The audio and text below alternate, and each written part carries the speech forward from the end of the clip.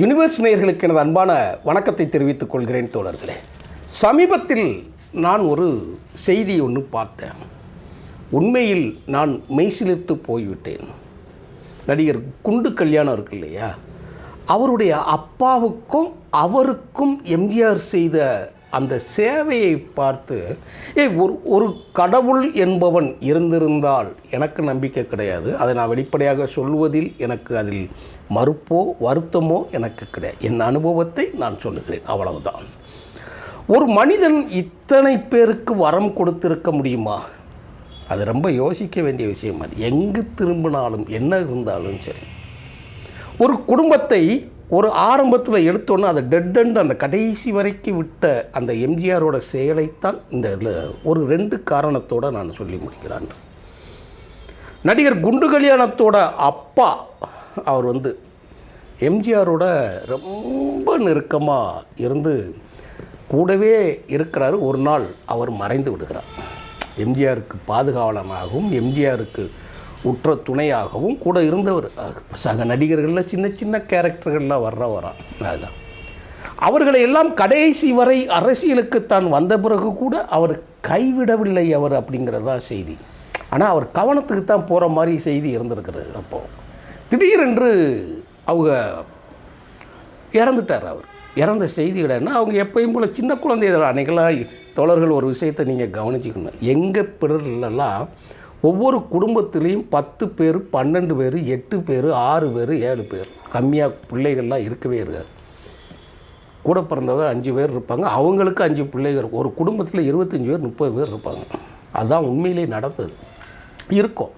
அதற்கு பிறகு இந்திரா காந்தி அம்மா காலத்தில் அந்த பிரச்சனைக்கு பிறகு தான் குடும்ப கட்டுப்பாடு திட்டத்தை பெரிய அளவில் கொண்டு சேர்த்து எல்லார் வீட்லேயும் 2 பேருங்கிறது, ஆணோ பெண்ணோ 2 பேர் அப்படிங்கிறத கொண்டு சேர்த்தாங்க. ஒரு பெரிய ஸ்கீம். அது தமிழ்நாடு நடைமுறைப்படுத்தினால தான் இப்படி இருந்தது.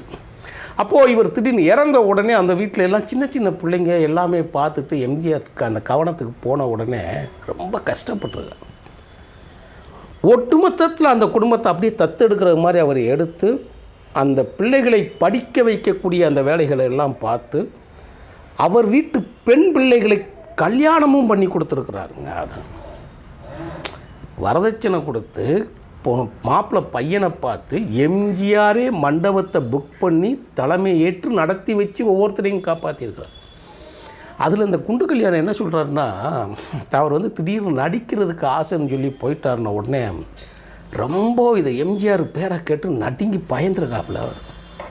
ஏன்னா எம்ஜிஆர் கல்வியை விட்டு போட்டு நீ எதாவது வந்துடக்கூடாது, கல்வி தான் உன்னை கடைசி வரை காக்கும் அப்படிங்கிறதுல அவர் சொல்லியிருக்காரு இதுகள்னு அப்படின்னு. அதற்கு பிறகு தெரிஞ்சு ஜானகி அம்மாட்டு மூலமாக பக்கத்தில் போய் அவங்ககிட்ட மன்னிப்பு கேட்டு அதுக்கு பிறகு எக்ஸ்கியூஸ் பண்ணி தான் அவர் நடிக்கவே உள்ளே போயிருக்கிறாப்புல. உள்ள கேட்ட உடனே மிரட்சி அடைந்து தான் பிள்ளை வளர்ப்பு பிள்ளை சுரேந்திரனை, ஜானகி அம்மா கணவர் குழந்தை, அந்த குழந்தை இருக்குல்ல சுரேந்திரனுங்கிறத, அவருக்கு நிகனாக இந்த பிள்ளைகளும் வச்சுருக்கிறாருங்க. அதுக்கு ஒரு சம்பவத்தை சொல்கிறாரு பாருங்க. அப்படியே எம்ஜிஆர் முதலமைச்சராக இருக்கிறார் அந்த நேரத்தில்.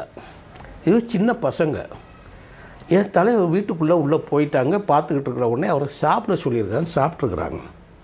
இப்போது அந்த வீடு பரபரப்பாகுது. ஏதோ ஒரு மத்திய ஒன்றிய அரசாங்கத்தில், மத்திய அரசு இருக்குல்லையா, ஒன்றிய அரசாங்கம், அதிலிருந்து ஒரு முக்கியமான, அவருக்கு பேர் சொல்ல தெரியல, ஒரு முக்கியமான அமைச்சர் அதிகாரிகள் மட்டத்திலேருந்து யாரோ வாராங்கன்னு சொல்லிட்டு வீடுகள்லாம் பரபரப்பாக ஆகுதான். நடு வீடெல்லாம் பெரிய பரபரப்பாகுது.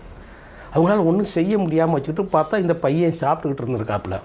அப்போது சோத்து தட்டோட பார்த்து, ஏன்னா ஒரு பையன் இருக்குல்ல, சின்ன பையன் தானே, எல்லாம் ஓடினோடனே சாப்பாடை தூக்கடான்னு சொல்லி எல்லாம் தூக்கிக்கிட்டு ஓடுறாங்க.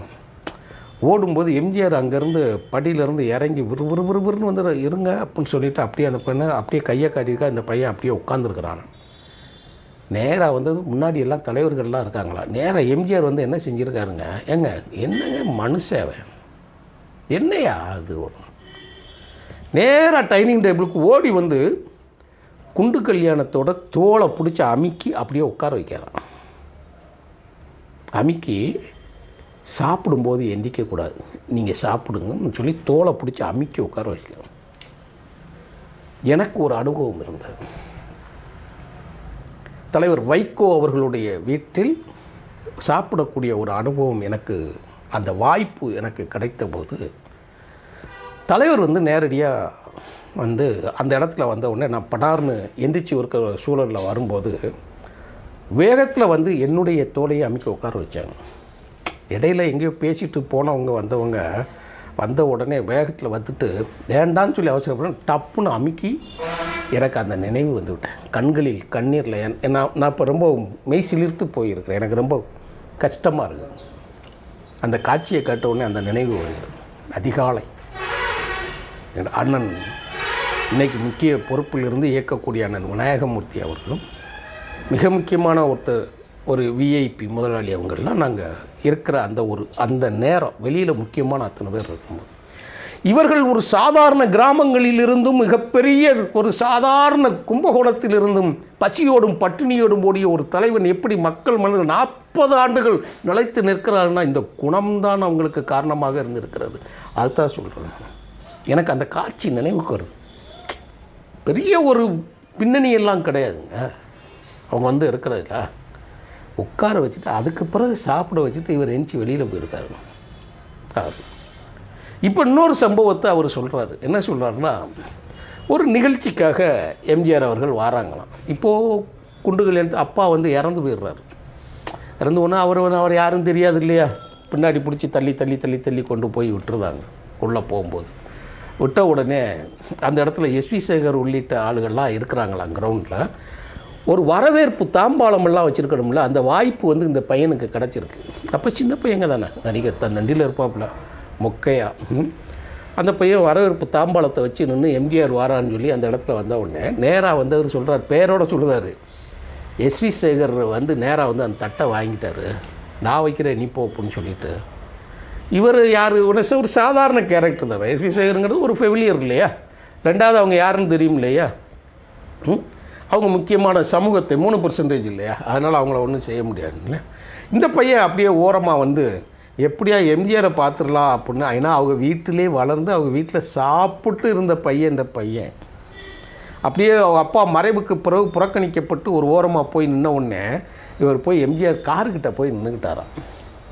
அந்த நிகழ்ச்சியை முடித்து கொண்டு எம்ஜிஆர் வந்த நேரம் ஒரு வணக்கத்தை வச்சுருவோன்னு சொல்லிவிட்டு பக்கத்தில் போன உடனே எம்ஜிஆர் பார்த்து அந்த புரோட்டோக்கால் இருக்கும்ல, பாதுகாவலர்கள் புரோட்டோக்கால் பார்த்தோன்னே நேராக இவரை கூப்பிட்டு வயிற்றில் ஓங்கி ஒரு குத்திருக்கிறார் எம்ஜிஆர். செல்லமாக நம்ம கூட்டாளி குத்துவோம்ல, இப்படி தோளில் தட்டுறது, வயிற்றில் குத்துறது, வயிற்றில் குத்தி அப்படி இழுத்து பிடிச்சி பேசி, எக்ஸசைஸ் பண்ணுறியா, சாப்பிட்றியா, என்ன சாப்பிட்றா, என்ன விஷயம்னு சொல்லி ஒரு காரில் அப்படி காலை வச்சுக்கிட்டு அவர் தோளில் கையை போட்டு பேசிட்டு விட்டுட்டு போயிட்டு வரேன்னு சொல்லி. இப்போ இந்த தட்டை பிடுங்கின எஸ்வி சேகர்லாம் என்ன செய்யணும், ஓரத்தில் தான் போய் நிற்கணும். யாரை எந்த இடத்தில் வைக்க வேண்டும், யாரை எந்த இடத்தில் மதிக்க வேண்டும் என்று தெரிந்த ஒரு மனிதனால் தான் ஒரு தலைவனாகவும் ஒரு மனிதனாகவும் மாற முடியுங்கிறத நிரூபிச்சுட்டு போயிட்டார் பாருங்க. ரொம்ப ரொம்ப முக்கியமானவர். அவர் எம்ஜிஆர் கார் போன பிறகு அந்த இடத்துல இருக்கிறவங்கெல்லாம் சுற்றி வந்து உனக்கு எம்ஜிஆர் தெரியுமா, வீட்டுக்கு போயிருக்கியா அப்படிங்கிறதெல்லாம் சொல்லி பறிச்சிருக்காங்க. அப்படி வளர்த்த எம்ஜிஆர் அவர்கள் மறைந்த செய்தி உங்களுக்கு கிடைத்த போது எப்படி இருக்கீன்னு சொல்லி அவர்கிட்ட கேட்குறாங்க. இந்த கேள்வியை சிரிக்க சிரிக்க பேசிக்கொண்டிருந்த மனிதன் அதை கேட்ட உடனே அப்படியே பொலன்னு தயங்கி நின்று அழுதுட்டார். நாங்கள் கேட்டோம், இருந்தோம், கூட்டமாக போனோம் அப்படின்னு சொல்லி அந்த பையன் குண்டு கல்யாணம் இன்றைக்கி பெரிய மனிதர், அவர் பெரிய மனிதர் நான் சொல்லி அந்த கேரக்டர் வைஸ் பையன் சொல்கிறேன். எனக்கும் 56 வயதுகள் ஆகிறது. என்னை விட மூத்தவராக தான் அவர் இருக்கணும், கண்டிப்பாக என்னோட மூத்திருப்பார். அவர் அப்படியே கண்ணீரோடு இன்னும் பேசுகிறார். அப்படி இருந்த அண்ணா திராவிட முன்னேற்றக் கழகம் இன்னைக்கு இந்த நிலைக்கு இருக்கிறதே என்று கேள்வியை அவர்கிட்ட வைக்கும்போது அவர் சொன்ன ஒரு பதில் சொல்கிறாரு, கஷ்டமாக தாங்க இருக்குது, ஆனாலும் எங்கள் தலைவர் உருவாக்கின கட்சி அது, அந்த கட்சி நல்லா இருக்கணும்னு தான் இந்த நிமிஷமும் நினைக்கிறேன், நான் சாகிற வரை அப்படித்தான் இருப்பேன், ஏன்னா எங்கள் தலைவர் உருவாக்குனது. இப்போ நான் முதல்ல ஒன்று பேசினேன் இல்லையா, அதை சொல்லி நான் முதல்ல முடிக்கிறேன் பாருங்களேன். எப்பட்றா அப்படி எப்படி இத்தனை மனிதர்களுக்கு அவர்கள் கொடுத்து கொடுத்து உதவி செய்து இத்தனை குடும்பத்தையும் பாதுகாக்க முடியும்? எங்கே பார்த்தாலும் செய்தி. இன்றைக்கி சொல்கிறாங்க நான் எம்ஜிஆர்னு, காம்பவுண்டை விட்டு வெளியே வராதவன், பேசாதவன், வைக்காதவெல்லாம் இன்றைக்கி நானும் எம்ஜிஆருங்க. ஒருத்தன் கருப்பு எம்ஜிஆருங்கிற முடிஞ்சுட்டு அவன் போயிட்டேன். இன்றைக்கி சூடத்தை வச்சுக்கிட்டு குரு பூஜை, விளக்கமாறு பூஜைன்னு சொல்லி அழைச்சிக்கிட்டு இருக்காங்க. தனி மனிதனை பெருசுன்னு இல்லை, இன்றைக்கி அப்படித்தான் பண்ணிக்கிட்டு இருக்கிறாங்க. அந்த குண்டு கல்யாணம் சொல்லுகிற செய்திகள் மூலமாக நமக்கு கிடைக்கக்கூடிய செய்தி இருக்கு இல்லையா? ஒரு மனிதரை பாதுகாக்க நீங்கள் நினச்சிட்டிங்கன்னா அவங்கள கடைசி வரை பாதுகாத்து அந்த குடும்பத்திற்கு பெரிய கடைசி வரைக்கும் உதவி செய்து, இந்த குண்டு கல்யாணத்தோட அண்ணனை கொண்டு போய் அவருடைய கட்சி ஆஃபீஸ்லேயே அவங்க உட்கார வச்சுக்கிட்டாராம். கடைசி வரைக்கும் சம்பளம் கொடுத்துருக்காரு. கூட பிறந்த பெண் பிள்ளைகளுக்கெல்லாம் திருமணம் செய்து கொடுத்து ஒரு தகப்பன் செய்ய வேண்டிய வேலையை தன்னை நம்பியவனுக்காக செஞ்சு முடிச்சுட்டு போயிருக்கார் இல்லையா? மனிதனின் புகழ் ஓங்குக, வளர்க. நன்றி, வணக்கம் தோழர்களே.